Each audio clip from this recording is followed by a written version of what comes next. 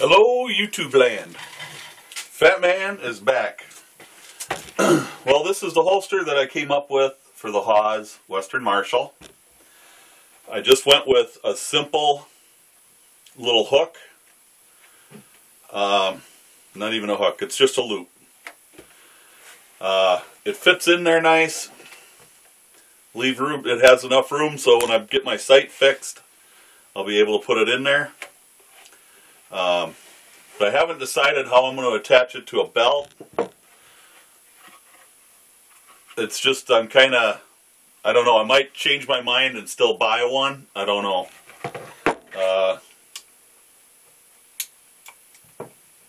Just so you all see, it's clear. Safe direction, lower the hammer. So that's where I'm going to leave this one at for the time being. Gonna make another holster for my Sigma, and I know I set it here somewhere.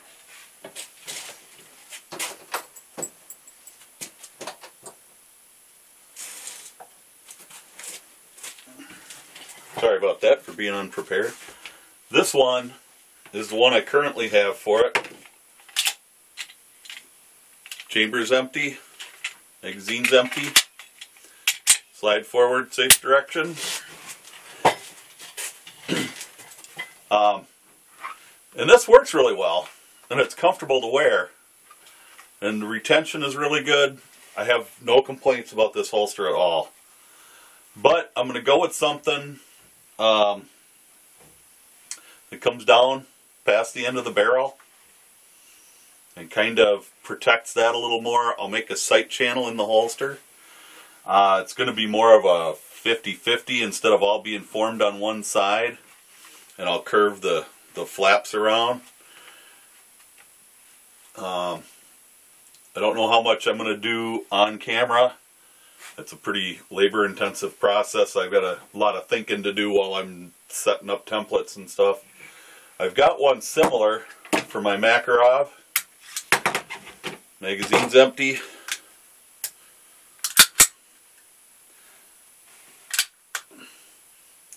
Chamber's empty.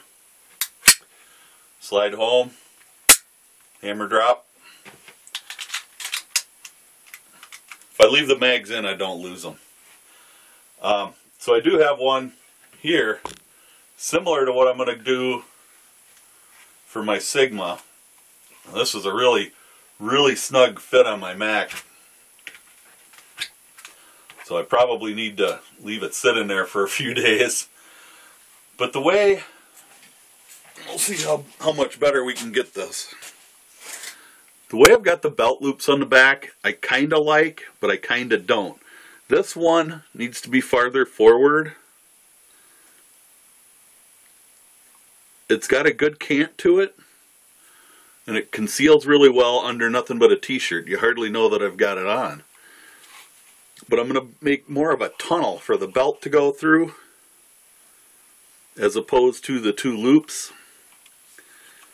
And we'll see how it works from there. This wound up, the leather wound up really thin here and here. So it just needs more meat. So I'm going to bring it out probably a little past where the barrel is. But I haven't, you know, it's all thinking right now. It's all in my head. So I'm not exactly sure how I'm going to do it. But it's going to be really similar to this. It's going to be small. I do have a crappy little holster that I got with another gun, and I think I'm going to throw the holster in the ain't much of nothing little suede thing. Doesn't stay open, but it's got a really strong belt clip on it, so I might rob the belt clip off it. I haven't decided yet. But this holster it's an inside the waistband. It fits my Kel-Tec, might even fit my Makarov for that matter. Oh yeah, fits the Mac too. And it's a cheapy holster. I got it in a deal. It was free. And it serves its purpose. But what a pain in the butt. And I might even follow that design and just come down a little farther. I haven't quite decided if I'm going to make it inside or outside the waistband, so on and so forth. So it's all stuff that's still in the thinking process. I don't quite know. I'll figure it out as I go. Making the template is going to be exactly like making the template for the Haas, except I am going to make it two-sided. And fortunately my wife had a few more of these folders, so I swiped some more.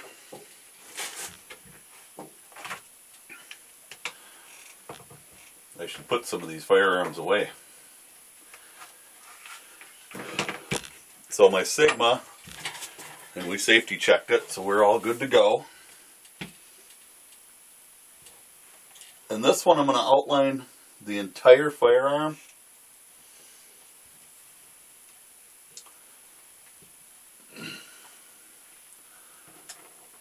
So we'll set it.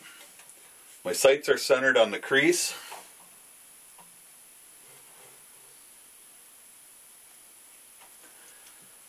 And we'll roll it, just like we did with the Haas.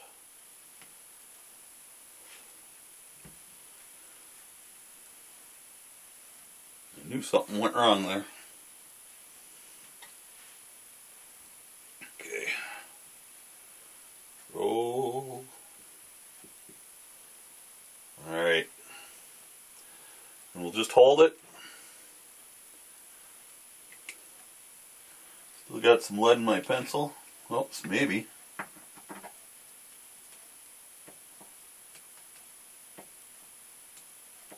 There we go. And we're just going to outline the whole thing right around the sight. Down the slide, around the rear sight. On the back of the slide. Back strap. I did leave the magazine in because I want that as part of my template. Because it does, oops, now we moved it.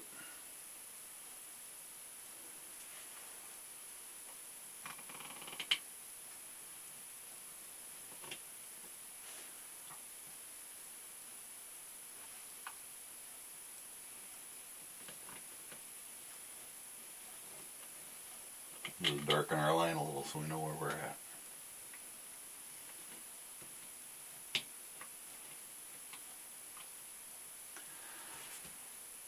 And then we'll flip it over.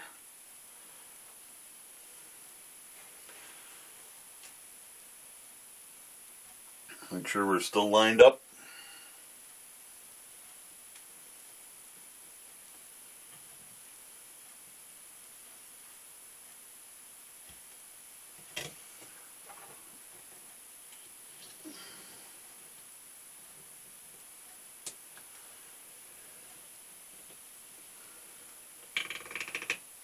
I know this is some boring stuff,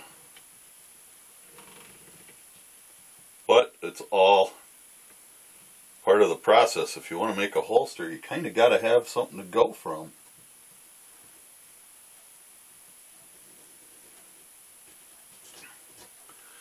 And since I'm dealing with a totally different design, I do have a template for that. The other holster that I showed you, I keep the templates for all my holsters that I make, everything, all the leather work I do.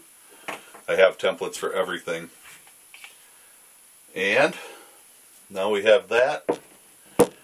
I could very easily just fold it in half, cut it out, and have one side, and that's all I'd really need. But at a point, I'm going to separate the two, and we'll have a front and a back. The back being pretty much the same as the front, but in the front we'll have it cut down a little. So this would be the back, And if this is the front, I want it to come up behind the slide. So I want my leather to come up. Now I want to be able to get my hand in, and if you look at this one, I cut this up high enough where I can get right in there and draw the gun. And it's that simple. And same with the Makarov here. That one too, I can get right in there, draw, and be ready to shoot. So that's kind of the idea. We need to be able to get in quick, grab, draw, and shoot. I've made the mistake on a couple of other holsters where I couldn't. This one is pretty tight. This one is perfect because I learned from mistakes. If you're just starting to do something like this, you're not going to be perfect every time. So I learned from my mistakes. This is the last one that I did for, aside from the Haws there. And that was my first ever for a revolver. So this one, you're in. It's that easy. Go right in. You're ready to shoot.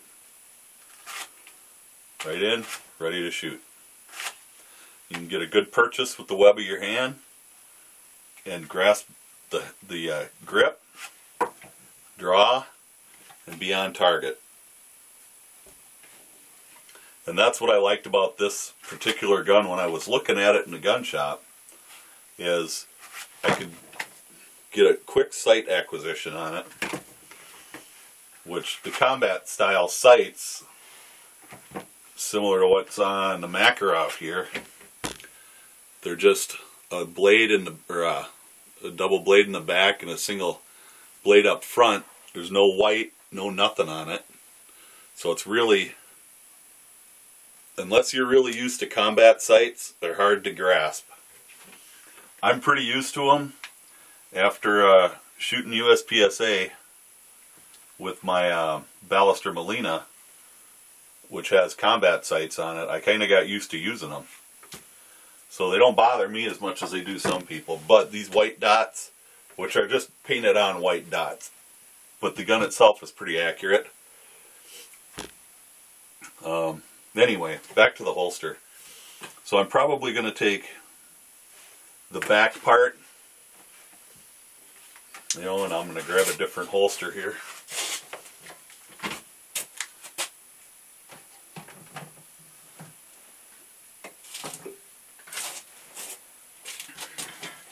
For a different gun. Again, chamber is clear, magazine is empty. This is a Kel-Tec PF9. I've been really impressed with this gun. Surprised because a lot of people said this long trigger pull on it, because it's got this terribly long, I mean, it's got almost half an inch of take up here before you even think about pulling the hammer. And then it's got just a really long, hard trigger pull, but that's the safety that's built into this firearm. But this is the holster that I made for it. It's an inside the waistband. The gun fits right in there. And it's really functional. It works really good. I was really impressed. But this is what I was talking about, is coming up around the back. But this is one of them that I made the mistake on, right in here by the trigger guard, where I did the back. It's too close. And I can get a purchase with the web of my hand, but my finger needs to slide up just a hair before I can acquire and shoot. So I'm thinking similar to this, but I'm going to take it all the way around the barrel. I'll reinforce, put some reinforcement in it like this. And like I said, I haven't decided if it's going to be inside or outside the waistband yet. So I'm going to go inside where the trigger guard is, at the edge of the trigger guard, and bring this up and come. I'm going to pretty much follow the contour of the slide around here.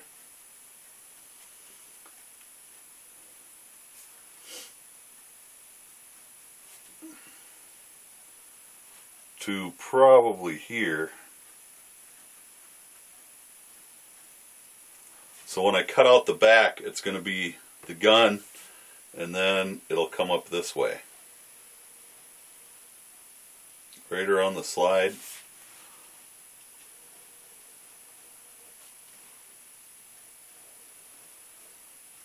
To about there.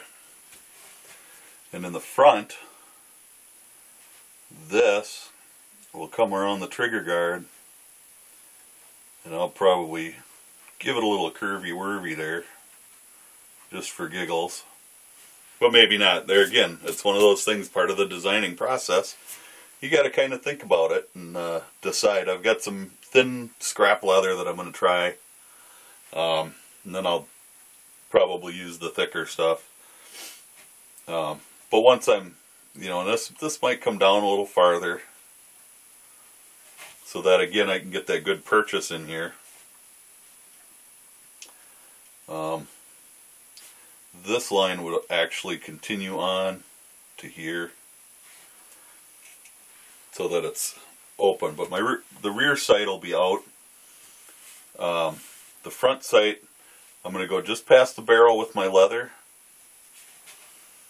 and that's where it'll be. So I'm going to get the template drawn out and get it the way that I think it's going to work good for me, and then I'll probably get back with you in another part. I've kind of rambled on long enough here, and I'm sure you're sick of hearing me talk, and we'll kind of go from there. Thanks for watching.